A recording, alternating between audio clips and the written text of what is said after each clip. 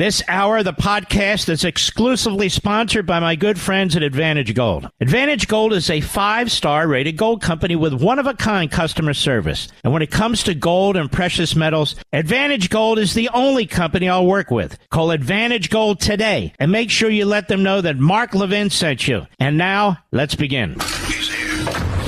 He's here. Now, broadcasting from the underground command post, deep in the bowels of a hidden bunker, somewhere under the brick and steel of a nondescript building, we've once again made contact with our leader, Mark Levin.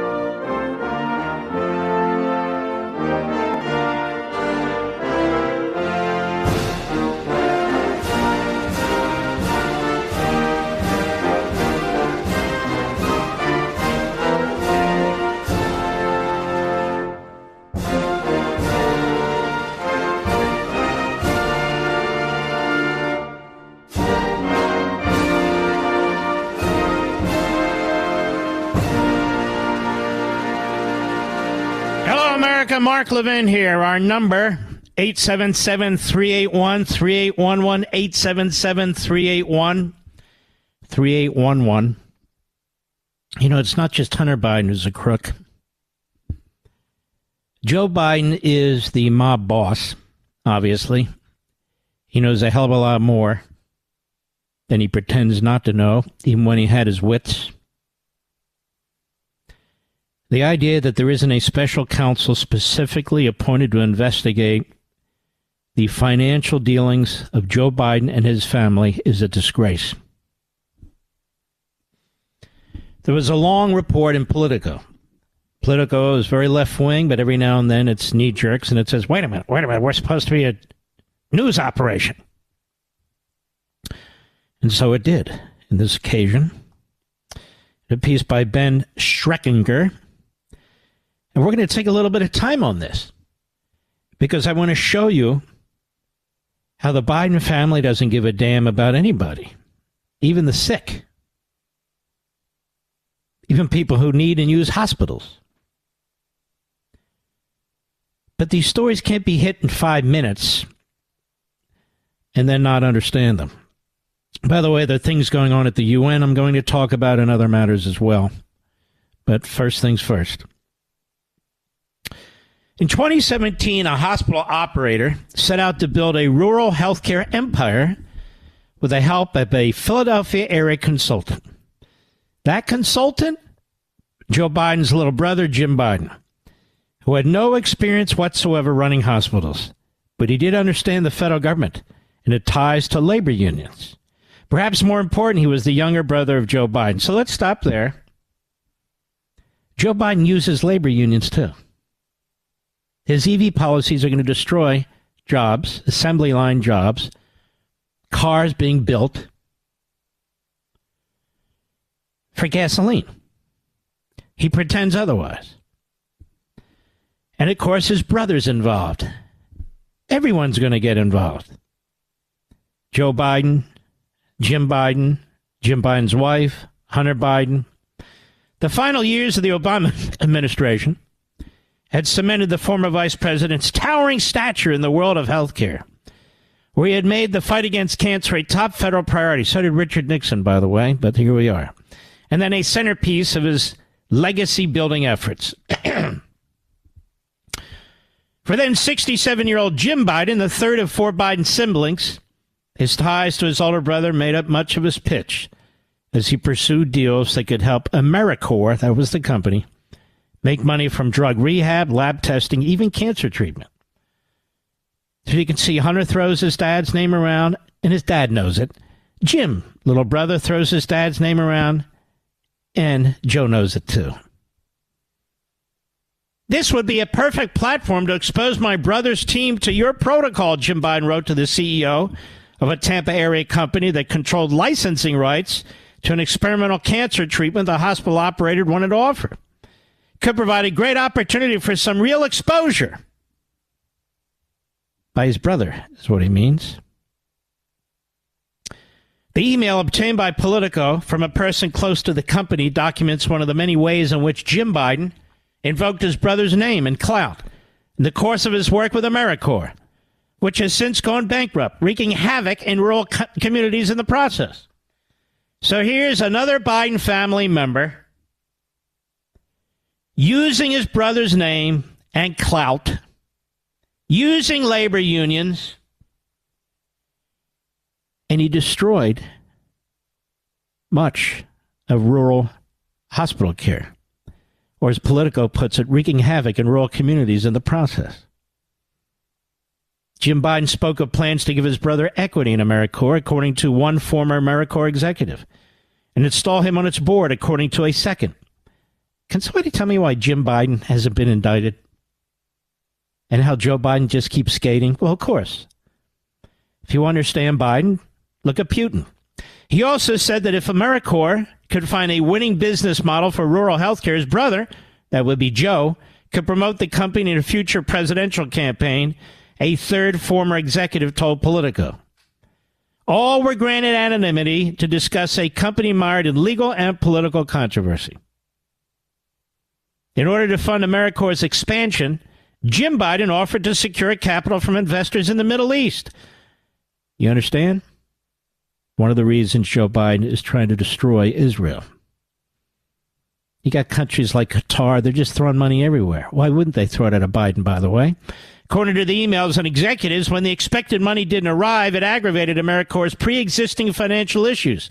The company collapsed, leaving behind unpaid bills and neglected patients. The management failures took a human toll as hospital staff went unpaid, services dwindled, and authorities were forced to intervene.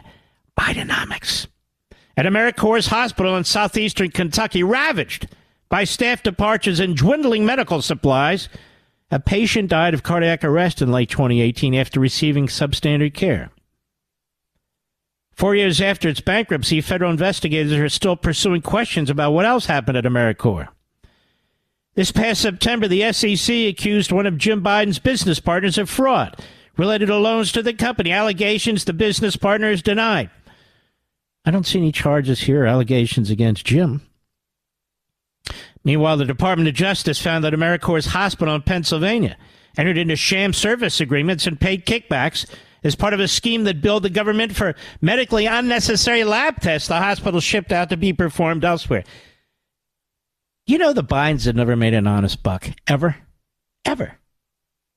Hunter, Jim, the rest of them, they are leeches on the government. They've become wealthy, using Daddy. And, of course, Daddy doesn't know anything. And even if he were charged, he's too much of an imbecile to be held accountable. You know how it goes. Now, these actions are at the center of a federal prosecution of $100 million conspiracy fraud, Medicare that is netted a guilty plea from the recipient of the kickbacks, and according to a person familiar with the case, remains ongoing. Now, House Republicans pursuing an impeachment inquiry focused on the relationship between the president and his relatives' business dealings have also homed in on Americore. The House Oversight Committee is set to interview Jim Biden on February 21. By my calculation, that's tomorrow. As part of the inquiry. Have you heard any of this on any other media platform? Seriously. I'm not talking about talk radio. Anything outside of talk radio? As the layers of activity that occurred in and around America are peeled back in a federal prosecution in Pennsylvania, a bankruptcy court in Kentucky, intense witness interviews on Capitol Hill, a political investigation, renders the most detailed picture to date of the ways in which Joe Biden's relatives leveraged his public stature to advance a private business venture. They were all in on it. The investigation, based on public records, court filings, dozens of interviews, hundreds of exclusively obtained internal documents, reveals that Jim Biden, Joe's little brother, his role at Americore was larger than previously reported. In some internal documents and investor materials, his name is included among its top handful of leaders. He also helped the company seal regulatory approval to acquire the Pennsylvania hospital and personally fired Americore's chief financial officer, according to the emails obtained by Politico. So he had a very active hand in what was going on. The investigation also reveals that Joe Biden's name and inner circle were more involved with the company than has been understood. Joe Biden's name? Mr. Biden, his name? Oh, Joe Biden. No, just his name. In addition to the accounts provided by former executives, investor materials describe Jim Biden as an advisor to his older brother. Ooh. And on top of Joe Biden's own previously reported encounter with the firm's CEO, wow, at least 3 of Joe Biden's relatives did work with Americore. They include Jim Biden's wife, Sarah, his son, Jamie. The president's son, Hunter Biden, there you go, also met with its CEO and his personal doctor, current White House physician Kevin O'Connor. Joined a meeting with Jim Biden and the president of a hospital being acquired by Americore, according to a former exec and emails obtained by Politico. So again, we stop. So the doctor at the White House, Joe Biden's current physician, Kevin O'Connor, he was involved in a meeting involving Americore. Joe Biden's brother, Joe Biden's son, Joe Biden's sister-in-law, but Joe Biden doesn't know a damn thing. You believe that, America? It's like Fannie Wills using cash. We all use cash. That's what black people do. Did you know that? Most black people don't know that. While the extent to which Joe Biden's relatives have invoked their ties to him to advance their business careers has been a subject of ongoing controversy, that documents obtained by Politico demonstrate that Joe Biden was a central element of Jim Biden's pitch to potential partners and investors during this period. None of these Biden family members would answer specific questions related to Americore. The White House didn't respond to detailed questions for comment. He's only the president. Jim Biden has not been accused of criminal wrongdoing. His attorney, Paul Fishman, said in a statement he conducted himself ethically and honorably in all his business dealings. Well, if he did, he's the first Biden to ever do so. A spokesman for Jim Biden declined to answer detailed follow-up questions, writing, "We are not able to participate in this story at this time." Why? Now, Politico's investigation, of course, did not find that Joe Biden involved himself in the firm or took actions on its behalf. Why, did you subpoena records? No. None of that's been done. However, Joe Biden did benefit indirectly from his brother's work with the firm. Listen to this one. On the same day Jim Biden received a $200,000 payment from Americore, he made a check out for his brother, Joe. The same day he made a check to brother Joe. So what does the White House say about this? The White House has said the check was for repayment of a loan, but did not respond to questions about the circumstances of the loan, including whether Joe Biden was aware of his brother's income from Americore. Got that? Otherwise, Joe Biden remained on the sidelines as his name and relatives became intertwined with a company that was pitched as a vehicle for his legacy, but stands accused of defrauding taxpayers instead. That is, his brother does. Let me ask you a question. If we have a president or a vice president with all this stuff swirling around him, and he claims he doesn't know about it, is that believable to you? Everybody has their hand in the till. His brother, his son, his sister-in-law, this one, that, and Joe knows nothing. Now, we know that's a lie. Just like they're running around telling us Joe is completely mentally fit to be a rocket scientist and a brain surgeon. In fact, he can do his own brain surgery, just like he can do his own proctological exam. Otherwise, Joe Biden remained on the sidelines. Quote, I was told, there's a misspelling, I was told that Americore was going to be the salvation of rural hospitals, said one of the former executives. The whole thing was a scam, and didn't take that long to figure it out. Scam. Wait. Jim Biden's involved in a scam? Hunter Biden was involved in a scam with Burisma? Scams. The Biden family, again, doesn't know how to earn an earnest buck. And it goes on at some length. Mississippi, what took place there, the Biden brand, how important that was, and all of the misdeeds and the sleazy doings and so forth. It's really quite disgusting, and it's quite lengthy, and I'm not going to read the whole thing, but you can. We will have it posted on MarkLevinShow.com, the mothership of websites, where we put all the articles we reference. I'll be right back. Mark Levin.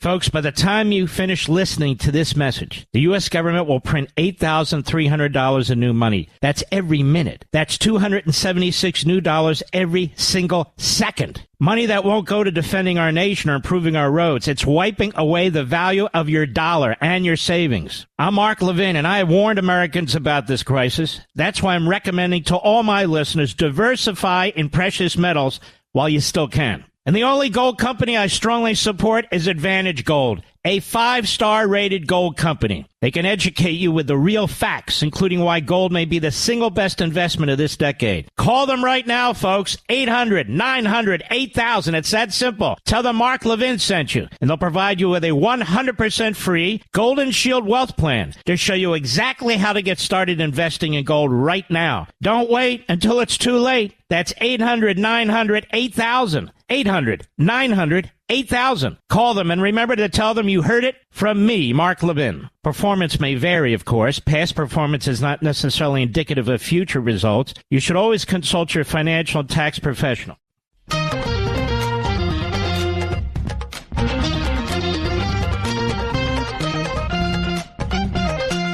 Listen to this.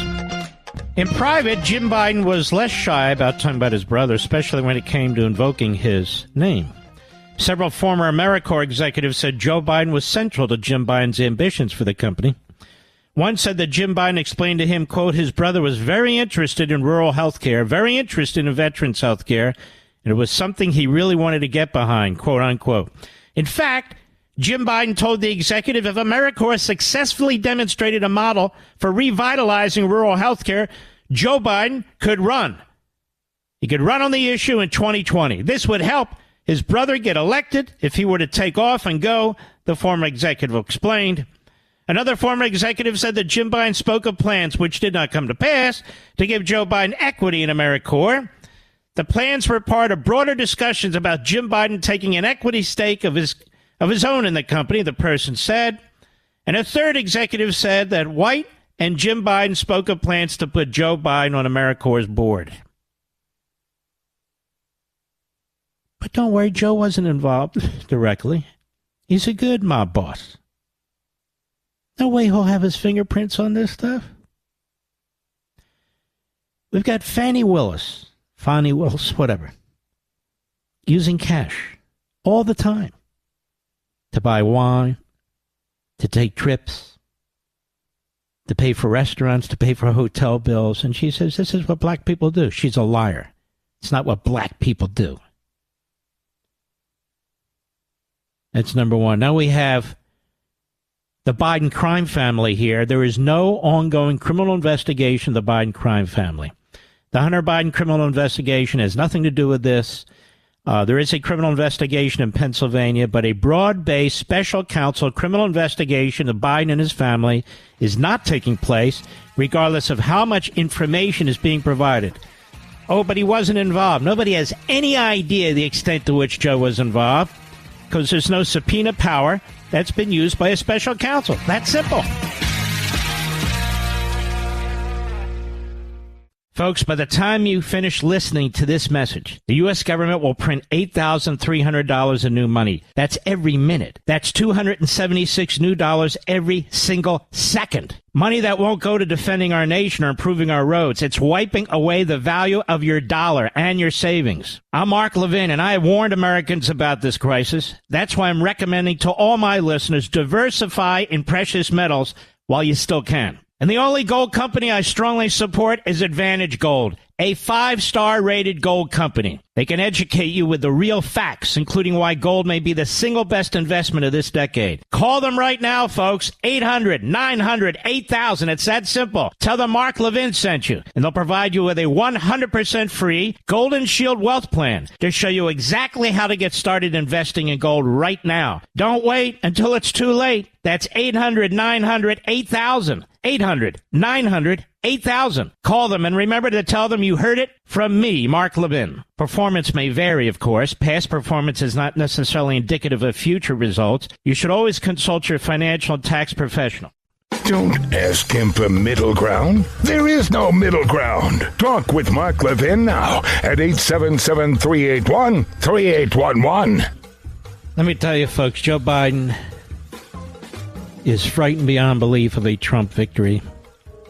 And the main reason, the primary reason, is the unleashing of a criminal investigation against Joe Biden and his family, which should have been done under the special counsel regulation.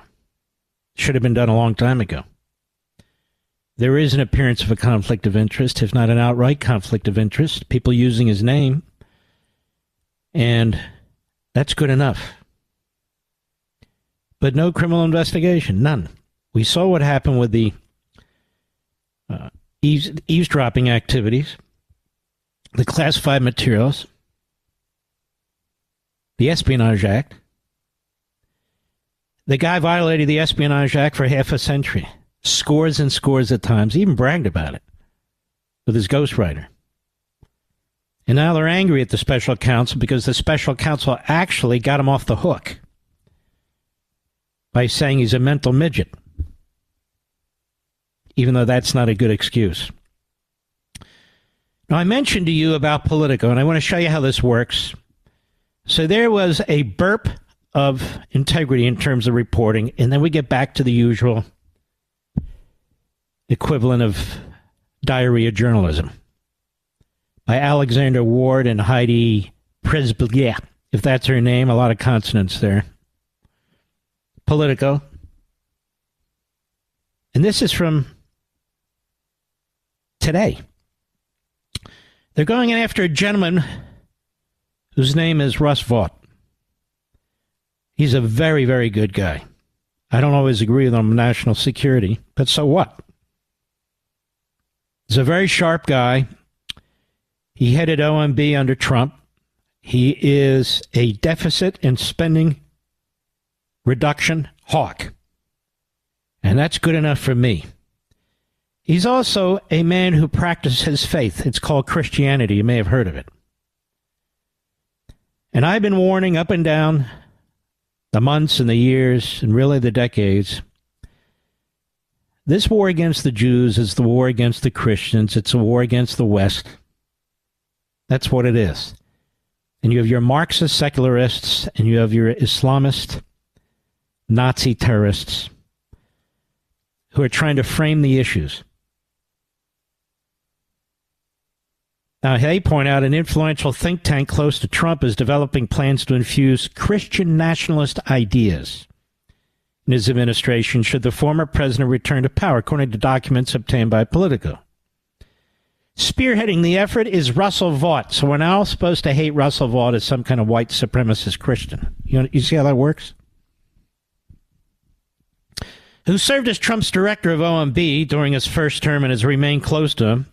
Vought is frequently cited as a potential chief of staff in a second Trump White House, is president of the Center for Renewing America think tank, a leading group in conservative consortium preparing for a second Trump term. So, remember when the Heritage Foundation prepared for a Reagan victory in 1980. Very important to prepare for these things. You know, the Democrats, we've talked about this. There's a big story out there how they're preparing to try and destroy Donald Trump and his presidency. Even if he wins, they want to destroy him again. That's their goal. Go after him the same way they did before. They got lawyers lined up, think tanks lined up, journalists lined up. One document drafted by CRA staff and fellows includes a list of top priorities in a second Trump term. Quote, Christian nationalism, unquote, is one of the bullet points. Others include invoking the Insurrection Act on day one to quash protests and refusing to spend authorized congressional funds on unwanted projects, a practice banned by lawmakers in the Nixon era. Let's slow down. It's called impounding funds. The constitutional issue is Congress can pass a bill to spend money, but does a president have to, in every instance, spend it? Now, they use that impoundment of funds as one of the threatened or actual articles of impeachment they'd drawn up against Nixon that they were hoping to vote on. So it's never been tested. So it's amazing. We have Joe Biden, who refuses to spend funds to secure the border, who refuses to spend funds to allow the Border Patrol to do its job, refuses to spend funds approved for a wall, but that's not an impoundment issue. That's not a problem at all. As for this Christian nationalism issue, they're trying to make you think that this is like Klansmen or something of that sort. I don't understand. I can say Islam till I'm blue in the face. I could say other faiths till I'm blue in the face about the influence they should have in government and so forth. But when we talk about Christianity, suddenly that's a cuss word. And the thing is, they try these scare tactics, but we had 4 years of Donald Trump. We had 4 years of Donald Trump. The Insurrection Act in my lifetime, maybe before, but certainly what I can recall was triggered once by George H.W. Bush in the riots in Los Angeles. Some of you may remember. He sent the National Guard out there to put it down. The Insurrection Act exists for a reason. And so you have to meet all the criteria for it. But so what? It's there and it needs to be used from time to time to protect our cities. You're not allowed to even think about that. No. CRA's work fits into a broader effort by conservative, MAGA-leaning organizations to influence a future Trump White House. Two people familiar with the plans who were granted anonymity to discuss internal matters said that Vaught hopes his proximity and greater contact with the former president, he and Trump speak at least once a month, according to one of the people, will elevate Christian nationalism as a focal point in a second Trump term. Let me say this. If you understand the American founding, America was founded almost 99.9% by Christians, embracing the Judeo-Christian morality. Boy, that was horrendous, wasn't it? But Mark, we had slavery. It was also Christians who led the way against slavery. Well, what about civil rights? It was Christians who came out of the churches in the South, particularly black churches, that led the battle against segregation, not the federal government. The documents obtained by Politico do not outline specific Christian nationalist policies. So there you go. This is an entire ruse. An entire ruse. But Vaught has promoted a restrictionist immigration agenda. I was accused of that like 20 years ago. You're a restrictionist. Yeah, I kind of am. You know, I believe in following the law. So they come up with these nomenclatures and they tag you, you see. So far, he's a Christian nationalist and a restrictionist. No, he's a practicing Christian who recognizes American history, and he's not a restrictionist. He is a man who believes in following the law when it comes to immigration. Notice they don't call Biden a slaver because of all the sex slavery that's taking place on the southern border, but Vaught is a restrictionist, you know. saying a person's background doesn't define who can enter the U.S., but rather citing biblical teachings, whether the person accepted Israel's God, laws, and understanding of history. What does that mean? What does that mean? That means you have to accept the American culture, accept the American system if you want to come to America. No more Talibs and Omars, or for that matter, Bernie Sanders types and so forth. Doesn't mean you walk a boot heel clicking line the way the Democrats do. What it means is you have to want to be an American. It's amazing about this kind of writing. They have no understanding of the history of this country. You know what I'm going to do after the break? I'm going to pull out Abraham Lincoln's second inaugural address, and I'm going to read it to you. It's very short. And I'm going to ask you, was he a Christian nationalist? Was he? His constant references? Religious references? Christian references? Vaught has a close affiliation with Christian nationalist William Wolfe, a former Trump administration official who's advocated for overturning same-sex marriage, ending abortion, reducing access to contraceptives. That's okay. Obama had a relationship with a domestic terrorist bomber who advocated destroying the United States, blowing up the Capitol building, blowing up the Pentagon, blowing up the White House. They didn't stop Politico and the other left-wing goons in the media from supporting Obama. I'm just making a point, that's all. Vaught, who declined to comment, of course he did. This is a setup job, is advising Project 2025, a governing agenda that would usher in one of the most conservative executive branches in modern times. Thank God. The effort is made up of constellation of conservative groups run by Trump allies who've constructed a detailed plan to dismantle overall key agencies in a second term. You know, that's what elections are about. The Democrats create this massive bureaucracy, one building after another, fill it with acolytes and so forth and so on. So conservatives are going to come in and say, nah, we're going to reverse that. Oh, my God! Among other principles, the project's mandate for leadership, which was exactly the title of the Heritage Foundation manuscript for Reagan, states that freedom is defined by God, not man. Isn't that true? These are Marxists, these are secularists. And the idea that people believe in God, they embrace their faith, they live moral and good lives, and they have opinions is bad. It's bad. I am thrilled to hear that this is going on. That is, that they're planning, that they're preparing, and it's obvious that the left is very, very worried about it. In a December speech in Iowa, let's see. Oh, it says Trump is not a devout man of faith, but Christian nationalists have been among. So if Christian nationalists, we're MAGA Christian nationalists, and Hitler at the head of it. You get the drift? They're trying to portray the Third Reich for you. The Nazis weren't Christian nationalists. They were German nationalists. Germany came first. But that aside, this is what they're trying to paint for you.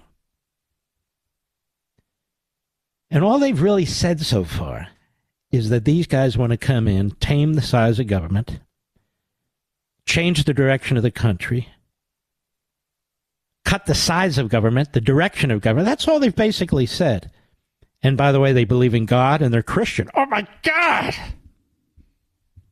You will never see an article written like this about Muslims, about the mayor of Debornistan. Never. Now, I want to make something clear. I know a lot of Muslims. I mean, not a ton, but enough, who are absolutely great patriots, who have fought for this country. I'm not talking about those people. Those are great Americans. And by the way, those Muslims tend to vote Republican. No, I'm talking about the river to the sea, Hamas supporting, CARE supporting Islamists who are involved in slaughtering Muslims.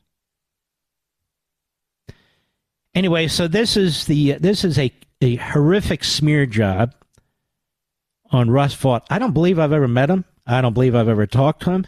And I don't believe it matters. So what? So Christianity's under attack. Conservatism's under attack. The Constitution's under attack. America's founders are under attack. America's framers are under attack. But, of course, the left, well, they get to decide where the country's going. That's it. I'll be right back. Mark Levin.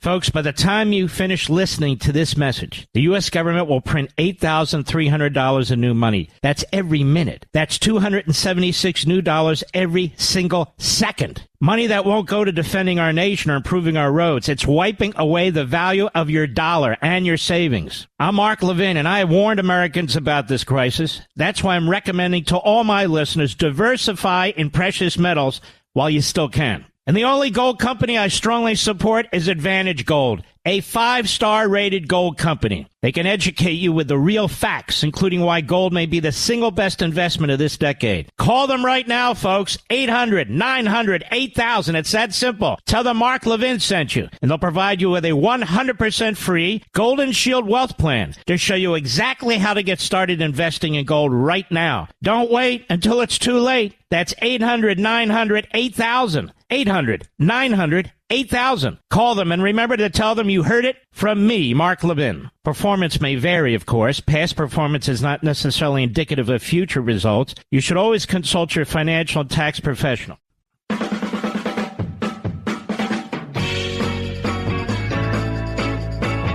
After the top of the hour, I'm going to read to you what is the second shortest inaugural address in American history. First shortest was George Washington. His speech was delivered by hand. But the second shortest was the second inaugural address by Abraham Lincoln. And it is laced with references to God and faith. And I wonder what Politico would say about it today. Is he a Christian nationalist? And I want to speak up for Christianity as a Jew. This is the most tolerant society on the face of the earth because of Judeo-Christian beliefs and values. Not secularism like Marxism, not Islamism, Judeo-Christian beliefs, which, by the way, embraces the right of people to practice whatever religion they may or none at all. Period. You want to be an atheist? Be an atheist. You want to be a deist? Be a deist. You want to be agnostic? Agnostic. You want to be Muslim, Jew, Buddhist, Hindu? Be whatever you want to be. And this nation was founded mostly by Christian men. And I thank God every day. There's few other places on the face of the earth where Jewish people or other minorities are able to live in freedom, practice their faith. And that's not true in other parts of the world where you have Muslim nationalists. Or what else? Other types of religious nationalists. And so the attack on Russell Vought is an attack that's much broader. It undermines the whole notion, when you fight this, of a white supremacist society. Because again, when you talk about Christianity, it's Christianity that led to the end of slavery and the abolition movement. It's Christianity that led to the end of segregation from the churches in the South. And that's the truth against state and federal evils of the government. I shall return. This segment of the podcast is exclusively sponsored by Pure Talk. Pure Talk offers great coverage and can save your family money on your wireless bill every single month. Go to puretalk.com to find the plan that's right for you. Thank you again for listening, and thank you so much for this sponsorship, Pure Talk. He's here. He's here. Now, broadcasting from the underground command post, deep in the bowels of a hidden bunker, somewhere under the brick and steel of a nondescript building, we've once again made contact with our leader, Mark Levin. Hello, America. Mark Levin here. Our number, 877-381-3811. 877-381-3811. I want to finish my point from the first hour. I never forget where I am or where we were. This issue of Christianity and faith. Christian nationalism. Like somehow there's going to be a war on other faiths. Well, there is a war on other faiths. It's coming out of our colleges and universities and the left. It's coming out of our media. I want you to listen to this. I actually pulled my father's book, Malice Toward None, Second Inauguration Address, Abraham Lincoln. He said, at this second appearing to take the oath of presidential office, as, by the way, the Civil War wasn't over, but it was ending. It was mostly over. There's less occasion for an extended address than there was at the first.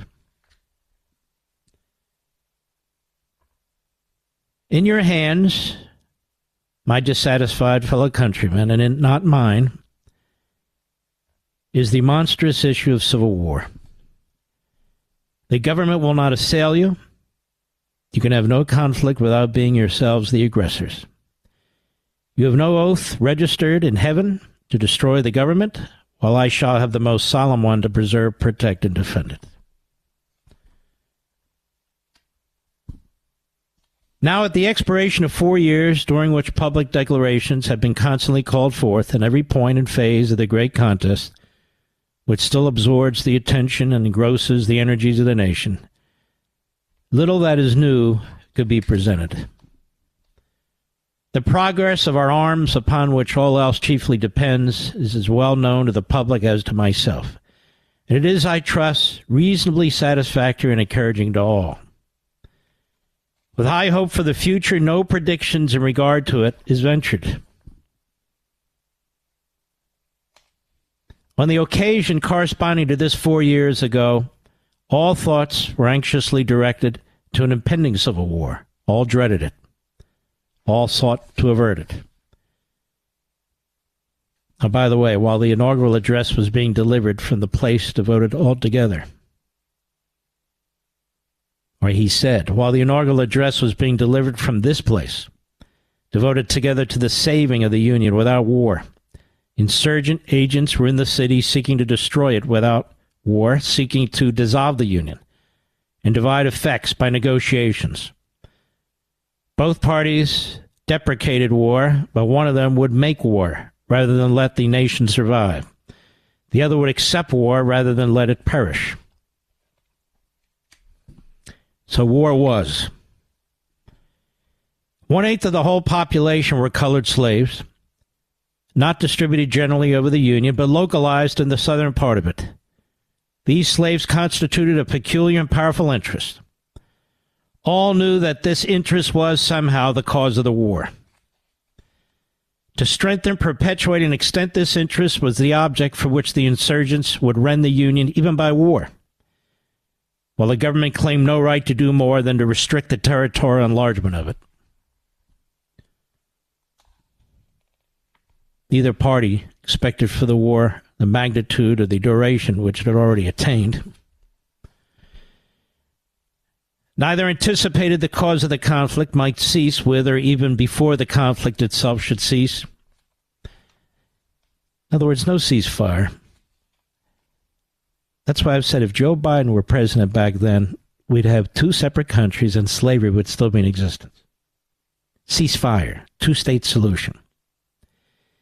Each looked for an easier triumph. and a result less fundamental and astounding.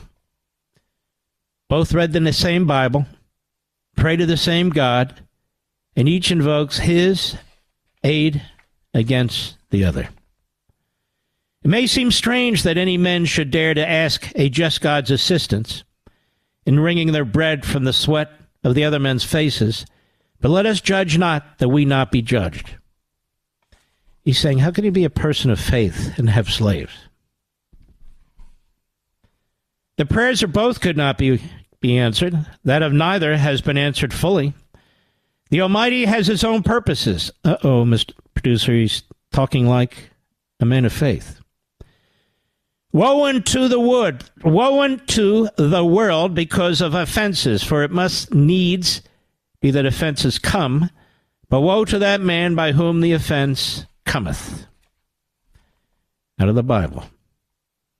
If we shall suppose that American slavery is one of those offenses which, in the providence of God, now he mentions God 3 times now, must needs come, but which, having continued through his appointed time, he now wills to remove, that is, God wills them to remove slavery. I wonder what Politico would say about that. And that gives to both the North and the South this terrible war, as the woe due to those by whom the offense came. Shall we discern therein any departure from those divine attributes which the believers in a living God always ascribe to him? That's God 4 times and divine. That makes it 5. Fondly do we hope, fervently do we pray, that the mighty scourge of war may speedily pass. You can see faith, his faith, throughout this entire speech. And I apologize for my reading. I can read better privately, but again, I'm having a little difficulty with my left eye. With malice toward none, with charity for all, with firmness in the right as God, there it goes again, gives us to see the right. Let us strive on to finish the work we are in, to bind up the nation's wounds, to care for him who shall have borne the battles, and for his widow and his orphan, to do all which may achieve and cherish a just and lasting peace among ourselves and with all nations. My comrades of the Confederate Army, my friends and veterans of the Federal Army, I am filled with emotion as I look upon survivors of the armies of the Civil War.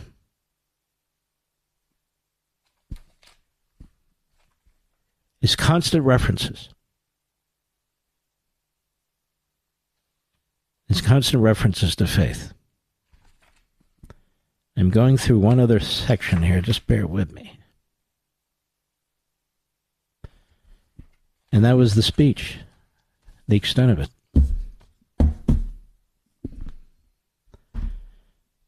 I wonder what Politico thinks of that speech. Extremely short, multiple references to God and the divine. Really references, quotes from the Bible. That was much of the book, much of the inaugural address, the second inaugural address. And so the secular Marxist Islamist media has a problem with Russell Voigt, trying to turn him into a monster. Because that's what they do. They don't want to engage. They don't want to debate. They do a complete setup and smear job, and then they say, would you like to participate? Of course not. You're Politico. Every now and then he knows you're full of prepubescent a-holes. I don't know Russell Voigt. I said that before. I don't believe I've met him, maybe in passing. I don't believe I've ever talked to him. I know we don't agree on everything, particularly when it comes to foreign policy, but I also know he's a good man. He's a man of faith. So he must be destroyed. As all people of faith must be destroyed. They speak of the Jews in Brooklyn who have taluses and wear coats, wear hats, very recognizable, have beards, as extremists. When you have individuals like that in the Israeli government, Thomas Friedman, Joe Biden, and their ilk refer to them as religious extremists because they're Orthodox Jews. Religious extremists. If you're a born-again Christian, or if you're just a faithful Christian, you're an extremist. If you talk about a Christian nation, you're worse than an extremist. You're Hitler-like. The other side talks about a Palestinian state till they're blue in the face. Now, they'd never lived there. They'd never vacation there. They never want their kids to go to school there. They want nothing to do with it. In fact, the Arabs want nothing to do with it. And yet they promote a Palestinian state, but a Christian nation where Christianity is not imposed on anybody, ever. In fact, it's been brushed out of our schools, brushed off our public properties, brushed out of our minds, they hope, even when Christmas is here. That's the threat, you see. Christianity.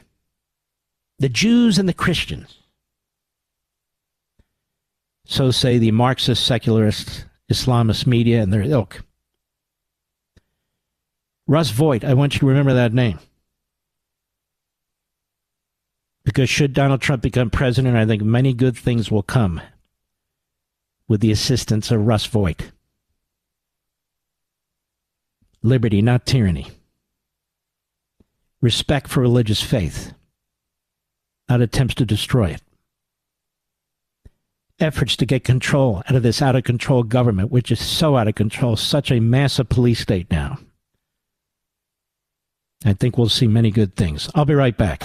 Mark Levin.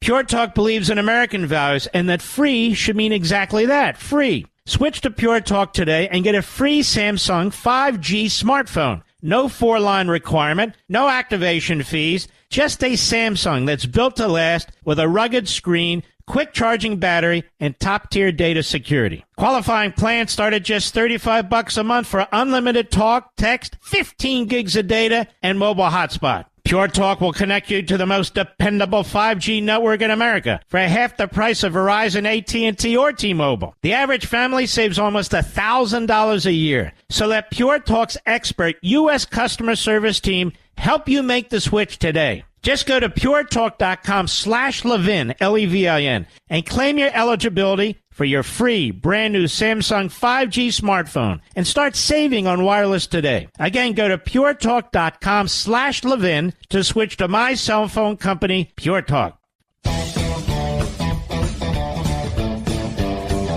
As we plow through, as only we can here, you and I, let's continue. It's getting worse and worse, this civil decision in New York. It is the greatest confiscation of wealth of a single man in American history. It's the greatest confiscation of private property of a single man in American history. It is a fascistic effort through a phony judge, phony prosecutor, to steal a man's wealth, to give it to a Democrat-controlled city, and to take his name off all the buildings that he built, having helped build up New York City.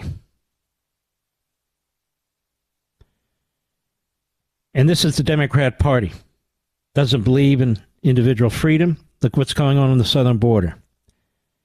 Still practices slavery through its immigration policies. That's the consequence. That's the consequence. I have a dear friend. His name is Arthur Ferguson. Arthur Ferguson and I worked together in the Reagan administration. He's one of the most brilliant lawyers I know. He went to Yale Law School, and he graduated at the top of his class. Even though they didn't keep numbers, he did. And He was a clerk for Chief Justice Warren Burger when Warren Burger was the Chief Justice.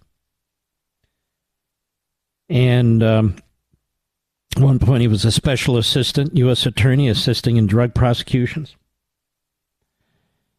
And now he's settled down in the private practice. But I'm going to read something to you that he wrote, because this is different than the other legal analysts. His focus is on a part of the Constitution nobody's talking about. He says, this past week, Justice Arthur Engoron of New York State Supreme Court, the lowest level of courts of general jurisdiction, levied a mammoth fine of some $370 million, including interest, against Donald Trump for purported fraud under a New York statute. The term fraud is used loosely since no one was defrauded, an element of a cause of action under common law fraud, and no one was harmed, also another element. There is no proof of reliance, a third element, none of which existed. This is fraud in the air, as they say. No harm by one against no one, for no loss by anyone. No one testified that they lost a penny from the purported fraud, or that they would not have wanted to deal with Mr. Trump as a customer. No one came forward to complain except the Attorney General, Letitia James. More about that in a moment. Previously, this same judge ordered dissolution of Mr. Trump's businesses in the state under the supervision of a receiver. That order was stayed by the appellate court pending appeal. Following the order of dissolution, the AP reviewed nearly 150 reported cases under the statute used to punish Mr. Trump and stated that nearly every previous time a company was taken away, victims and losses were key factors. Customers had lost money or bought defective products or never received service, having left them cheated and angry. Angry, although not a word to describe a single customer, is Mr. Trump, and he has every right to be. But it is also a word, along with outraged, that applies to a range of commentators, not all allied with the former president. Professor Jonathan Turley called the $370 million judgment confiscatory, extreme, and abusive. Professor Stephen Calabrese, a buddy of mine who also worked under Attorney General Meese, termed it a travesty and an unjust political act. The subhead for his online commentary employed the term Stalinist.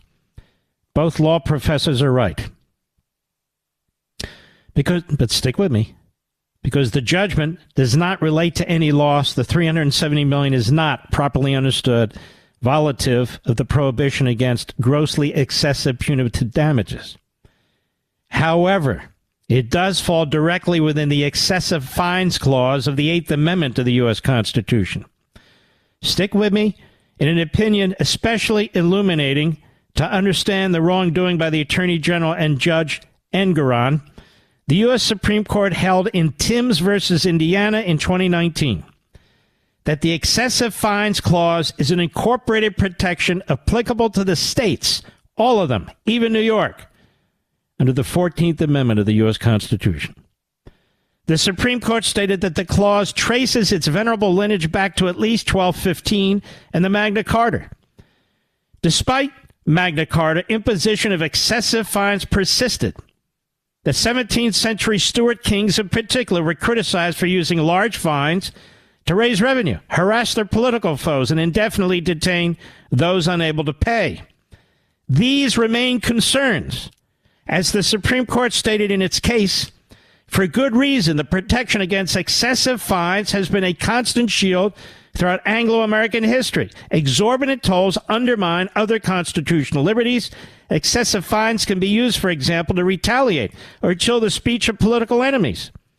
And excessive fines are a cheap source of revenue, in the case of Mr. Trump, being a lot of revenue, especially for a state that has been bleeding population and high-income taxpayers. The virtue of an Eighth Amendment challenge is that it places the political prejudices of the Attorney General and the supine judge relevant front and center. What does that mean? I'm going to explain it to you when we return. We have a hard break. Stick with me. I'll be right back. Pure Talk believes in American values and that free should mean exactly that, free. Switch to Pure Talk today and get a free Samsung 5G smartphone. No 4-line requirement, no activation fees, just a Samsung that's built to last with a rugged screen, quick charging battery, and top-tier data security. Qualifying plans start at just $35 a month for unlimited talk, text, 15 gigs of data, and mobile hotspot. Pure Talk will connect you to the most dependable 5G network in America for half the price of Verizon, AT&T, or T-Mobile. The average family saves almost $1,000 a year. So let Pure Talk's expert U.S. customer service team help you make the switch today. Just go to puretalk.com/Levin, Levin, and claim your eligibility for your free brand new Samsung 5G smartphone and start saving on wireless today. Again, go to puretalk.com/Levin to switch to my cell phone company, Pure Talk. Mark Levin, America's think tank. And you can call him at 877-381-3811. The Eighth Amendment. The case of stealing Donald Trump's property by the state. Grossly excessive punitive damages. It falls squarely within the Eighth Amendment, the excessive fines clause of the Eighth Amendment. Excessive fines. And as I said, in an opinion especially illuminating, as Arthur Ferguson writes, to understand the wrongdoing by the Attorney General and this judge, the court held just 4 years ago that excessive fines clause is an incorporated protection applicable to the states. All of them. Under the 14th Amendment to the U.S. Constitution. So the 8th Amendment is violated, but it applies to the states basically under the Equal Protection Clause. And the court said it traces its lineage back to at least 1215, the Magna Carta, where kings were using excessive fines to steal people's property, to punish them, to imprison them, to destroy anybody who would stand up against them. And of course, it is a windfall for New York to steal almost $500 million from one of its citizens. And so Arthur points out the virtue of an Eighth Amendment challenge, which is what we're talking about, is that it places the political prejudices of Letitia James and Engpron front and center. James may getting Trump a centerpiece of her campaign for the post she now holds. All of her statements attacking Trump are now fodder for the inevitable appeal and attendant stay. Erdogan, the judge, New York's version of the infamous Judge Ito, has brought the New York courts into disrepute. And the only way to restore even a modicum of confidence that New York will not destroy those with whom it disagrees is for the appellate tribunals to take immediate action to vacate the judgment in its entirety, as bringing into disrepute the state's court. And finally, he says, this is not the only case that New York prosecutors have levied against Mr. Trump. Manhattan DA Alvin Bragg has indicted Mr. Trump for what is almost universally condemned as a legally meritless alleged crime. And while it's beyond the brief of this column, he says, to discuss it in more detail, because he's limited by words, it does seem that cooperation by Bragg and James relating to... What he's saying here is under the... of 42 section 1983 and 1985, for the violation of constitutional rights under the 14th Amendment, you can bring civil rights litigation against public officials, including a judge and an attorney general, if they are including Bragg and the attorney general, if they are commiserating, that is conspiring, colluding, to use the law, to use the courts, to target, say, Donald Trump. But you need evidence of the collusion, which we don't have right now. I forwarded this article to our buddy Jim Jordan, the chairman of the House Judiciary Committee, and I said, please read the article, and you guys have subpoena power, nobody else does, to find out from Letitia James and Bragg the extent of their communication and their collusion. And in so doing, a determination could be made if there's a 1983 and 1985 violation of the Constitution under the 14th Amendment. But Jim Jordan and his people are going to have to do this because nobody else has the authority to issue such a subpoena. So that would be the second federal attack against what's taken place, okay? The 8th Amendment through the 14th Amendment and the 14th Amendment itself, if you can show a violation of federal statute 1983 and 1985. I'm sure I've confused the hell out of you, but that's not my intent. Then there was another great piece on this. I like to highlight the smart people by Professor Stephen Calabrese, who I told you is also a friend of mine. And you have all these smart friends, Mark, because I worked with them. That's how I have all these smart friends. We did a lot together. And he says Trump has been ordered to pay, you know, the amount of money, has been barred from doing business in New York State for 3 years. And this judge ordered Trump to pay essentially all of his cash reserves of $400 million, which fine, if upheld, would force Trump to sell some of his real estate holdings to raise cash to live on. Once interest is added on the total fine, it will rise to $450 million. This is all on top of the $83.3 million fine Trump must pay for allegedly defaming writer E. Jean Carroll. The fines in total could deprive Trump of between 11% to 13% of his wealth. Trump's adult sons, Donald Jr. and Eric, have also been fined. They're banned from doing business in New York State for 2 years. Ivanka or Melania Trump could legally run the Trump businesses for the next 2 years, but Judge Erdogan appointed retired U.S. District Judge Barbara Jones to continue in her role as a so-called independent monitor of the Trump business empire, but expanded her authority to review financial disclosures before they are submitted to third parties. Wow, they basically have taken over the companies. The state now runs the Trump Corporation. Judge Jones can hire an independent director of compliance, and she has the authority to compel Trump to sell some or even all of his businesses down the road. What's this sound like to you, America? Doesn't sound like America, does it? And he's committed no offense.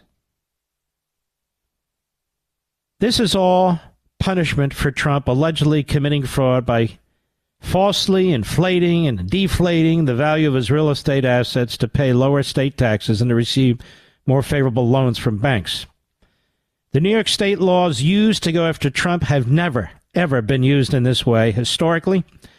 And while Trump may owe some back state taxes, if Judge Erdogan is right, and he may not be, not a single bank claimed that it had been defrauded by Trump and the loans it had made to him. This is truly a victimless crime. Bankers took the stand, as a matter of fact, in Trump's civil trial, testifying they would have gladly made loans to Donald Trump, given his extraordinary success as a businessman. This is why they hate Trump. This is why they wanted his taxes. They wanted access to his business records, just to tear them apart, pick them to pieces, cherry pick, and come up with these flim-flam laws. Listen, what 91 charges, all flim-flam crap. Must also be noted that the banks that made loans to Trump did not take his assessment of the net worth of his assets at face value, but made their own independent assessments of the value of Trump's properties. I mean, think about this. This is apparently standard practice in the New York State real estate market, where borrowers often overstate the value of their assets, and so you have banks and others who review them. But ladies and gentlemen, it's not about overstating. It's about disagreement. It's not a science. Assessment is not a science. As you well know, if you own a house, you get a notice that we've reevaluated and assessed your property and you owe this much more, but you have a right to challenge it. The bottom line is that a never-before-used New York State penalty has been twisted into a tool for a grossly excessive fine. More seriously, the completely inappropriate appointment of Judge Jones as a so-called independent monitor who can micromanage the Trump business, which she is not competent to do, to even order the dissolution of the Trump business in New York State. This outcome was pursued by Letitia James, a politically ambitious Democrat, who's the Attorney General and who hopes to win a future Democratic primary for governor or even senator. James and Engpron have essentially turned a vaguely worded New York state law into a modern-day Bill of Attainder, targeted at Donald Trump both for political gain and because they despise his political views and desperately want to call his truthfulness into question as he runs for president of the United States.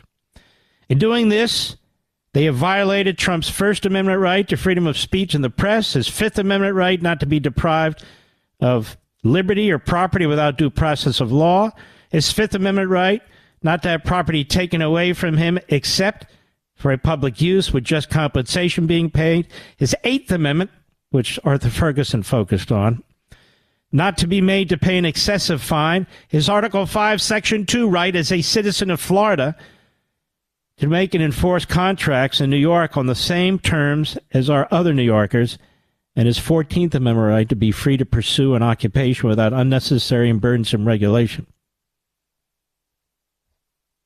The civil fraud judgment against Trump is a travesty and an unjust political act rivaled only in American politics by the killing of former Treasury Secretary Alexander Hamilton by Vice President Aaron Burr. If the New York State appellate courts do not reverse this judgment, the U.S. Supreme Court must grant cert on this case and reverse Aragon's outrageous decisions. National presidential politics will be permanently altered if a local state's legal system can be used in this way against candidates for president of the United States. This case raises a national issue of profound importance. And if the New York State appellate courts do not address it, the U.S. Supreme Court must. I want you to think about this with their lawfare. This is a first of its kind ever case. And if it's left standing, elections for president will be changed forever by the Democrats. The Republicans will lie on their back and, stare at the sun till they can't see anymore.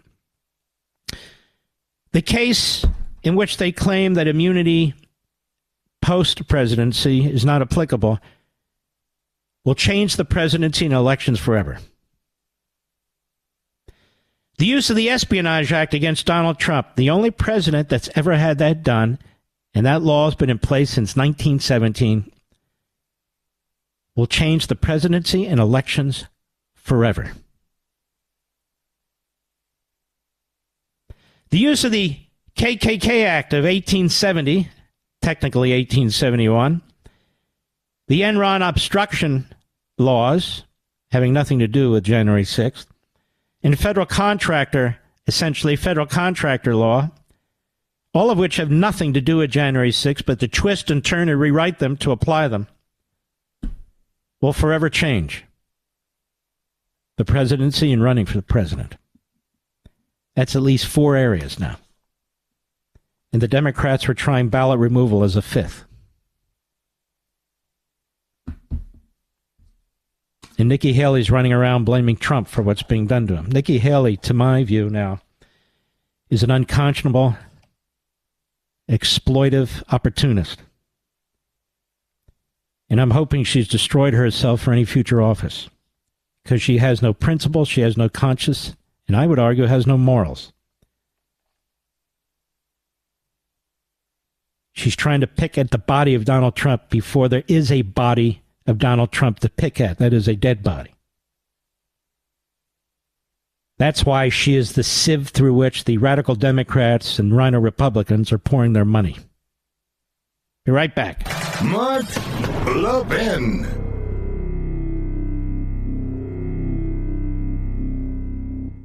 Pure Talk believes in American values and that free should mean exactly that, free. Switch to Pure Talk today and get a free Samsung 5G smartphone. No 4-line requirement, no activation fees, just a Samsung that's built to last with a rugged screen, quick charging battery, and top-tier data security. Qualifying plans start at just $35 a month for unlimited talk, text, 15 gigs of data, and mobile hotspot. Pure Talk will connect you to the most dependable 5G network in America for half the price of Verizon, AT&T, or T-Mobile. The average family saves almost $1,000 a year. So let Pure Talk's expert U.S. customer service team help you make the switch today. Just go to puretalk.com/Levin, Levin, and claim your eligibility for your free brand new Samsung 5G smartphone and start saving on wireless today. Again, go to puretalk.com/Levin to switch to my cell phone company, Pure Talk. What happens in a country when the legal system becomes the means by which criminality is advanced? We don't have a country anymore. What's the purpose of a rule of law? So you have a civil society, so everybody knows the rules. The rules are to be justly applied. They're not to be politicized. They're not to be used to advance anything but the civil society. Well, has that happened? Of course not. And so the country's unraveling. Now, next hour, I want to spend a little bit of time with you on what's going on at the United Nations. Now, first of all, at the United Nations, as you know, at least 2/3 of the members are genocidal dictators, whether Marxists, monarchs, or just straight-out fascists. It is the most heavily concentrated international organization of America haters and Israel haters. So today, Joe Biden is playing a little bit of games. He's playing a little drama. They know full well he and the traitor Blinken, Russia, Communist China, and the rest of them on the National Security Council and beyond. The United States voted against a Russian proposal on permanent ceasefire and so forth, as Putin offers an invitation to the Islamic Jihad, the Muslim Brotherhood, and Hamas for a diplomatic meeting in Moscow. But they're doing this because Biden has his own plan. They're going to propose something that will clearly undermine the state of Israel and its survival. I'll explain in a moment.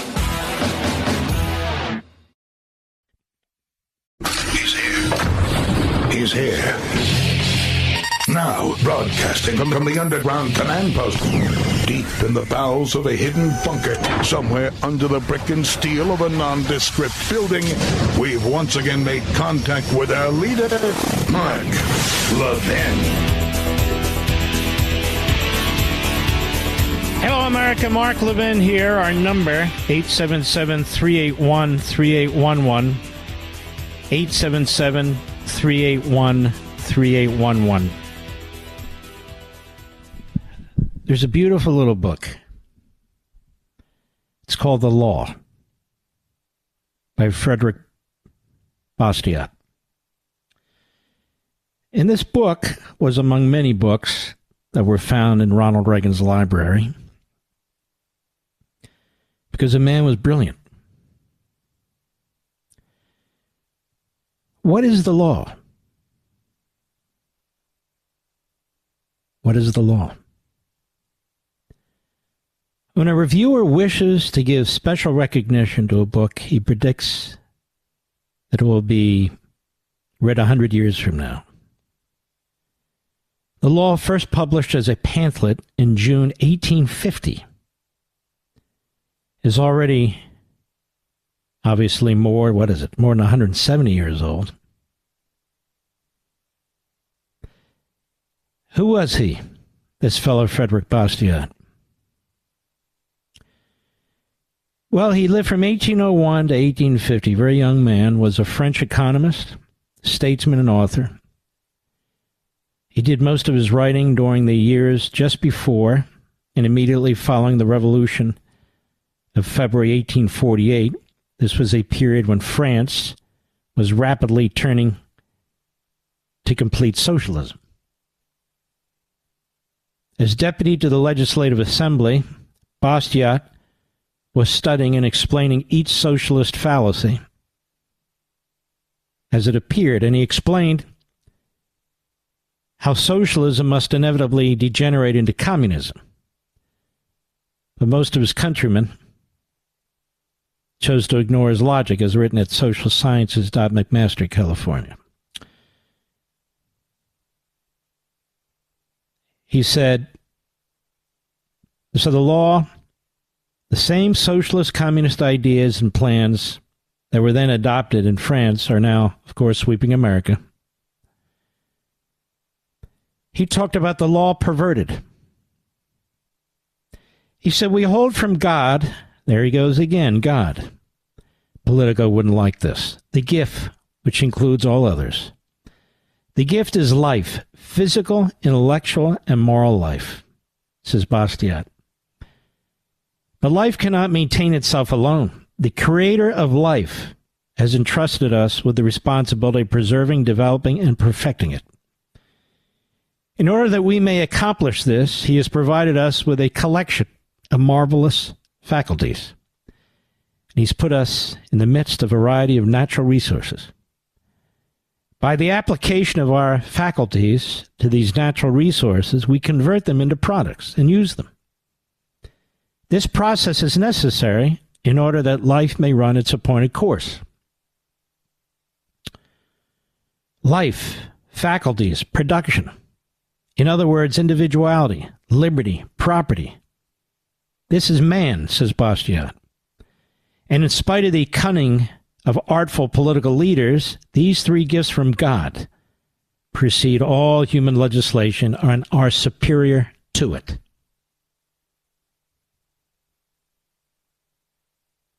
Life, liberty, and property do not exist because men have made laws.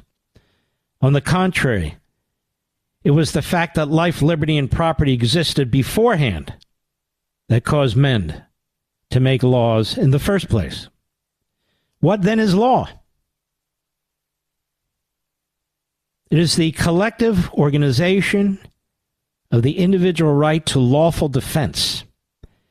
Each of us has a natural right from God to defend his person, his liberty, and his property. These are the three basic requirements of life, and the preservation of any one of them is completely dependent upon the preservation of the other two. For what are our faculties but the extension of our individuality? And what is property but an extension of our faculties? If every person has the right to defend, even by force, his person, his liberty, and his property, then it follows that a group of men have the right to organize and support a common force to protect these rights constantly. Listen to the genius of this man, plain English. Thus, the principles of collective right, its reason for existing, its lawfulness, is based on individual right. And the common force that protects this collective right cannot logically have any other purpose or any other mission than for which it acts as a substitute. So, since an individual cannot lawfully use force against the person, liberty, or property of another individual, then the common force, for the same reason, cannot lawfully be used to destroy the person, liberty, or property of individuals or groups. Such a perversion of force would be, in both cases, contrary to our premise. Force has been given to us to defend our own individual rights. Who will dare to say that force has been given to us to destroy the equal rights of our brothers? Since no individual acting separately can lawfully use force to destroy the rights of others, does it not logically follow that the same principle also applies to the common force that is nothing more than the organized combination of individual forces? Now, if this is true, he says, then nothing can be more evident than this. The law is the organization of the natural right of lawful defense. It is the substitution of a common force for individual forces. And this common force is to do only what the individual forces have a natural and lawful right to do: to protect persons, liberties, and properties, to maintain the right of each, and to cause justice to reign over us all. Let's talk about a perversion of the law. He says, unfortunately, law by no means confines itself to its proper function. And when it has exceeded its proper functions, this is key. It is not done so merely in some inconsequential and debatable matters. The law has gone further than this. It has acted in direct opposition to its actual own purpose. The law has been used to destroy its own objective. It has been applied to annihilate, to annihilating the justice that it was supposed to maintain, to limiting and destroying rights, which its real purpose was to respect. The law has placed the collective force at the disposal of the unscrupulous who wish, without risk, to exploit the person, liberty, and property of others. It has converted plunder into right in order to protect plunder. And it has converted lawful defense into a crime in order to punish lawful defense. Hence my book, Plunder and Deceit, by the way. How has this perversion of the law been accomplished? What have been the results? The law has been perverted by the influence of two entirely different causes: stupid greed and false philanthropy. And then he goes on. Victims of lawful plunder. Men naturally rebel against the injustice of which they are victims. And I would read more, but the font is so small that I'm squinting too much with my right eye and I can't. But I would encourage you to read the book. It's short, by Bastiat, not the artist who passed away, who overdosed, I think, and I don't even like that guy's art. But Bastiat, the philosopher, who only lived 49 years, died in 1850 and was despised, by the way, by Karl Marx. He was despised by Karl Marx. And so the law has been used to plunder in New York. And plunder even has a broader meaning: to destroy individual liberty, the civil society. And we've seen it in these cases across the country brought against Donald Trump and others. The law has been turned into plunder, the plundering of individual liberty, the plundering of private property. That is what you're witnessing, and that's why I'm trying to concisely explain what's taking place. And then at the United Nations. Never before in almost a century, since the State of Israel was established, the state, has a president gone to the United Nations to urge the other countries to vote to destroy the State of Israel. No, Joe Biden doesn't say that's what he's doing. Blinken, the traitor, the self-hater, he doesn't say that. Of course they don't. But they have created a situation out at the United Nations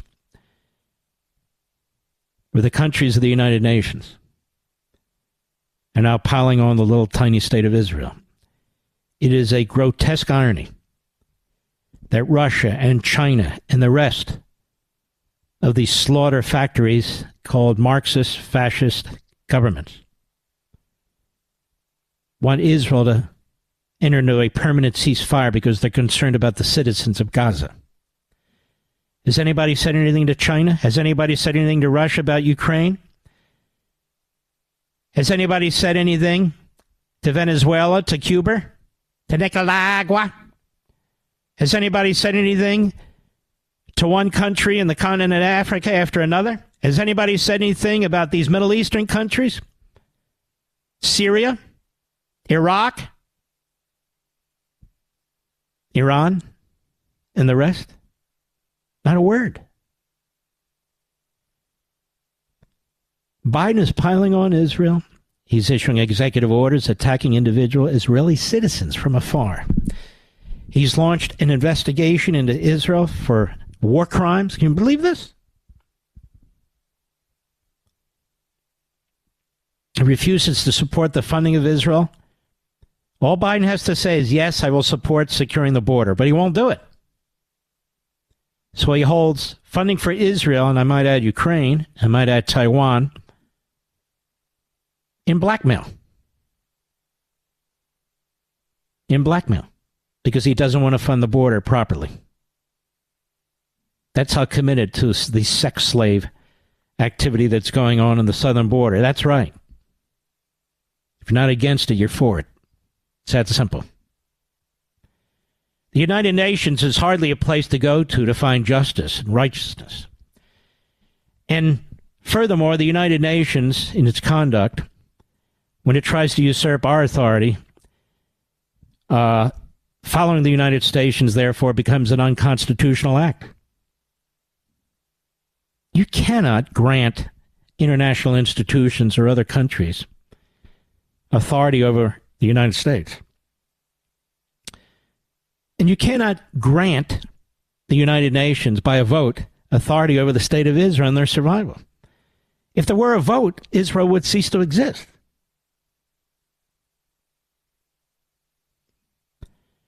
Joe Biden is an anti-Semite. I'll say it. There's not another person in the media who will. I've said it repeatedly now. If he's not an anti-Semite, he has a funny way of showing it. I don't care what he says. I don't care what he said the first days after October 7th. I know what he's done. He puts no pressure on Iran. All the pressure's on Israel in dealing with the Islamist Nazi Hamas. Israel has surrounded the leadership of Hamas in this one town. And as part of his effort, Joe Biden wants the UN to vote that Israel must not attack this town because there's too many Palestinians there. Netanyahu has already addressed that. They're going to move as many Gazan citizens as possible who will agree to be moved as they take out the leadership of Hamas and put this to an end. It's Hamas that's blocking so many people from leaving. But Biden doesn't care.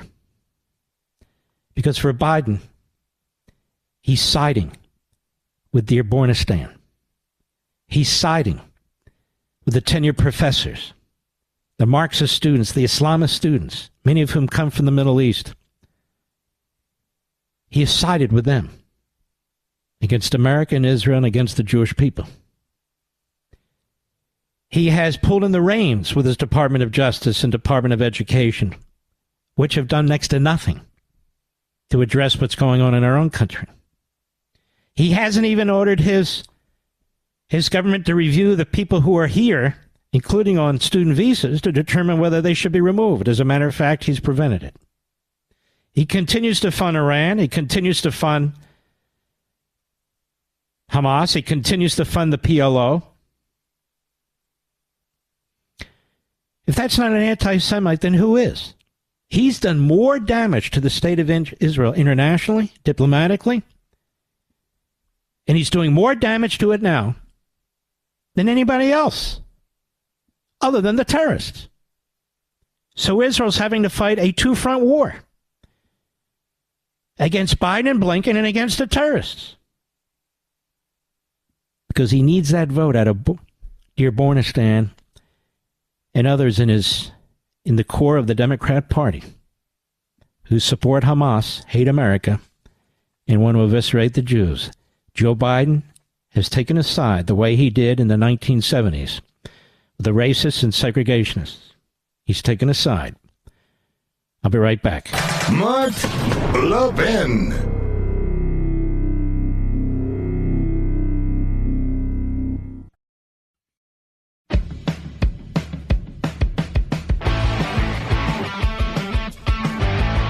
Our friends at the Free Beacon, our buddy Adam Credo, they have a story out there.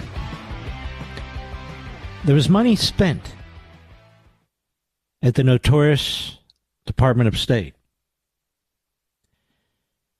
Money literally spent to create negative impressions of the state of Israel. Our money. And As the reporting went, this was a widely accepted view at the Department of State. As it turns out, as Credo points out, that's not correct. There were objections to this. Antony Blinken is everything that John McCain said he is. He called him dangerous. He said that people have died as a result of his ideology. Remember, I told you what Biden is all about, but Blinken is different. Blinken is a self-hating Jew. He is a traitor. He brought in Robert Malley, who negotiated for our side, theoretically, on nuclear weapons, when he brought in a rat's nest of what some are calling spies, who were back-channeling information to the office of the foreign minister in Iran. Now, that seems to me to be worthy of a massive documentary, a massive news event, but it's not. And that's Blinken, who takes his orders from Thomas Friedman, who's another self-hating Jew. I can't do a psychological analysis on these unhinged ideologues, but it is grotesque. You can call us now at 877-381-3811. And the Liberal contact number is 877-381-3811. All right, just responding here. Looks like the circle of traitors at the White House is growing. Phony Admiral Kirby. Admiral. Hey, I'm a 4-star general. He's the national security spokesman. Isn't he like, should they give him a different title since he always opposes our national security? They say that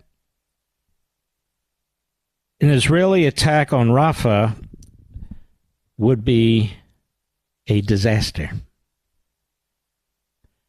They want Hamas to survive, America. How can you go to war like this? Fight like the Israelis have. Do you know their economy has shrunk by 20%? 20%. Because the whole country is fighting the war. Because it's a tiny country with a small population. They have their enemies surrounded, and I've made the parallel before. That's like surrounding Hitler in a bunker in Berlin and being told there'll be too many casualties, get out.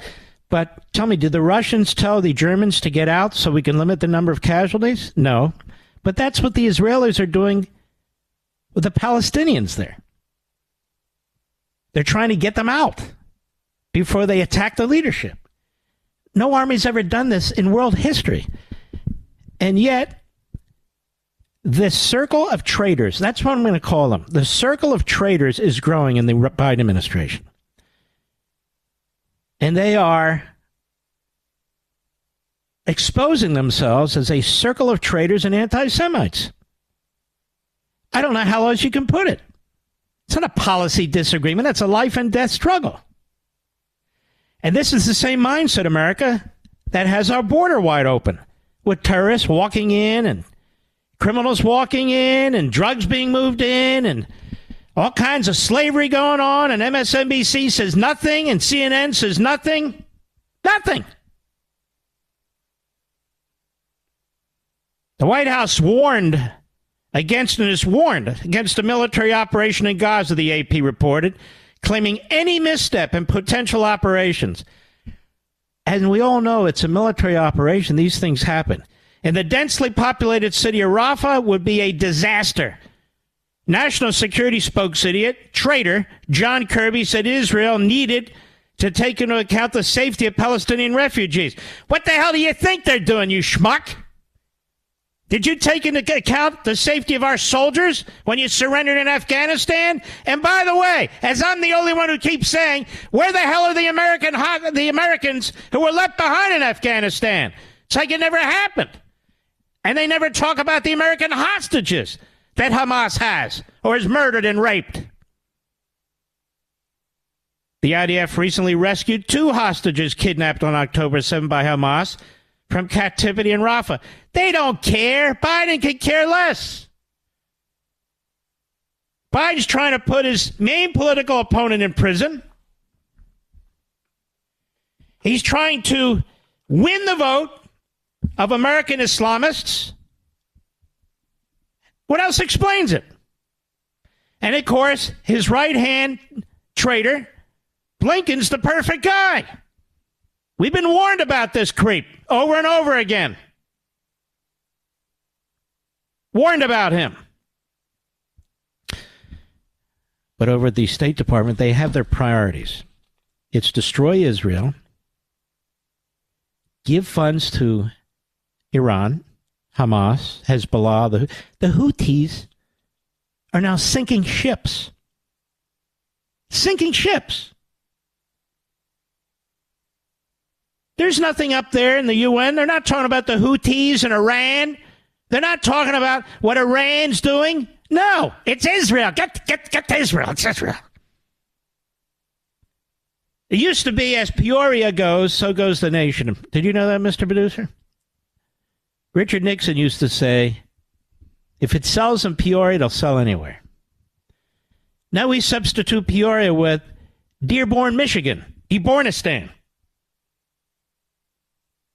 Rather than listening to Middle America, Peoria, Illinois, I don't even know what's going on there, but now it's Dearborn, Michigan. Dearborn, Michigan. That determines national policy. What do you think of that, America? Also apparently determines Israeli policy. I've never seen a free country treated this way.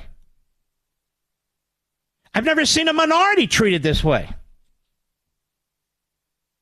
I've never seen an indigenous peoples treated this way. Ever. But you have that sleazeball Biden who comes into the Senate. He's a punk. He's 30 years old. And he throws in with James Eastland. He throws in with Stennis. He throws in with Byrd. He throws in with Talmadge. You've never heard of these names, have you? Well, the people in West Virginia, Mississippi, and Georgia know exactly what I'm talking about. These were segregationists. He throws in with them. He does not want the public schools integrated. Now, by the way, he went to a parochial school. His kids went to a parochial school. His kids were never in danger of anything. But I want the black community to understand this. This is who this guy is. I want the Jewish community to understand. I want the Asian community to understand that he sent his damn Justice Department into the Supreme Court to defend North Carolina and Harvard, which were intentionally discriminating against racism, Asian American students who qualified on merit to go to Harvard, but Harvard decided there were too many of those Asians, you know. Too many of those Asians, just like Harvard decided in the 20s, and there are too many of those Jews, you know. Harvard has never been an enlightened place. But Biden has had his finger in every major act of racism and anti-Semitism during his lifetime. That's why Menachem Begin pointed right at him at a hearing in the Senate. When Biden was threatening him, you know, we give you them, and he didn't take any crap from him, as is Netanyahu. But think about it. They have a two-front war going on now, one with their enemy in the Middle East and one with the United States administration. If Israel agrees to what Biden is demanding and now trying to put pressure on them through a coalition of Arab states, a coalition of European states, now he goes to Russia and China in the Security Council, who are more than happy to accommodate Biden, the anti-Semite. Oh, I voted against what they were proposing because, you know, I've always supported Israel. I love the Jews, you know. Oh, yeah, me and the Jews, we get along great. Yeah. I actually know a few Jews, you know, it's very good. I have them all around me. You have self-haters around you, you jerk. And we don't need lectures from Kirby. We don't need lectures from Kirby. Another schmuck sits there, propagandist. I hear people say, but he dresses well. He's got, oh, I hate this, gravitas. He's there. He's not her. You know, he's not the spokes idiot lady. He's the spokes. Guy's the Admiral Kirby. Stop with your BS. This guy is a slick propagandist. for the Islamists and Marxists in our government and throughout the country. Admiral. Have you ever Googled his background, America? Google how he became an admiral. Google it.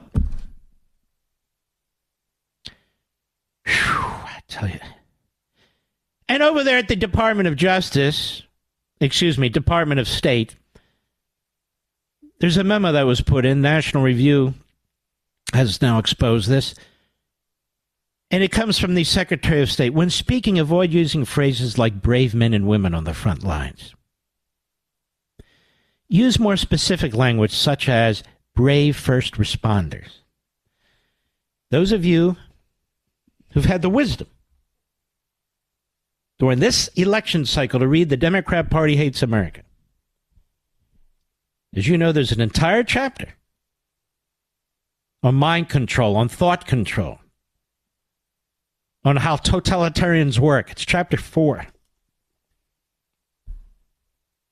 And I take a deep dive into what totalitarian regimes have done, what people who survived them have said about them, how the people wind up going along. How do they vote for these people? Read chapter 4. Read chapter 4. If you really want an answer to the question, it's right there in exquisite detail. Don't use words that actually describe the truth. Brave men and women on the front lines, because you're excluding people who've transitioned on the front lines, of which there must be tens of thousands, right?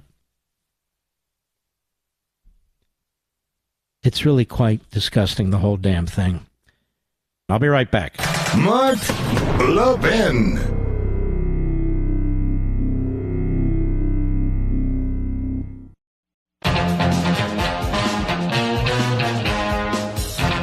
Or let's take a caller here. Let's go to David. Let's see. Los Angeles, California. 870 The Answer, where we're live and national. Go. Yellow. This is Barry. Can you prove that, sir? Anyway, I just wanted to... how do I know you're really Barry and you're not just like Frank? I don't know. Not sure how I can prove that to you. All right, so go right ahead. We'll take you at your word. Joe Biden is not an anti-Semite. He's too feckless and too unprincipled to be anything. He will do anything that he's told that he thinks will help him politically and financially. And he is surrounded by anti-Semites. I agree with that. I don't think it's mutually exclusive. You know, you don't have to be an intellect to be a racist or a bigot or an anti-Semite or hate America or hate whatever. You know, it can be visceral. And this guy's a pattern. He's a pattern of lying. I've been one of the greatest supporters. No, he hasn't. He's barely been a supporter of his own country. You know what he supports? Graft in his own family. That's what he supports, Barry. Now, where are you in Los Angeles exactly? I'm in West Los Angeles. I'm a block from UCLA. Congratulations. So, sounds like a hellhole. No offense. Surrounded by communists. Why are you still there? I guess you can't get out.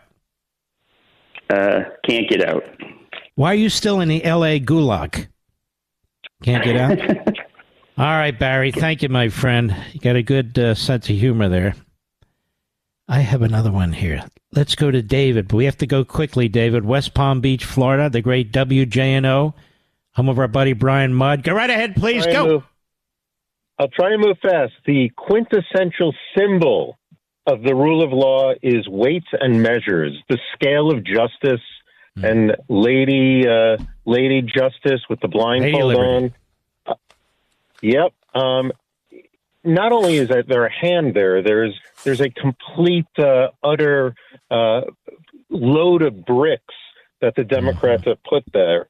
You know, to them, it's utilitarianism. They believe the ends justify the means. Nothing else matters. You know, it's like Kafka in the trial. I don't know how familiar. No, that's a good point. I ought to talk about Kafka, but anyway, go ahead.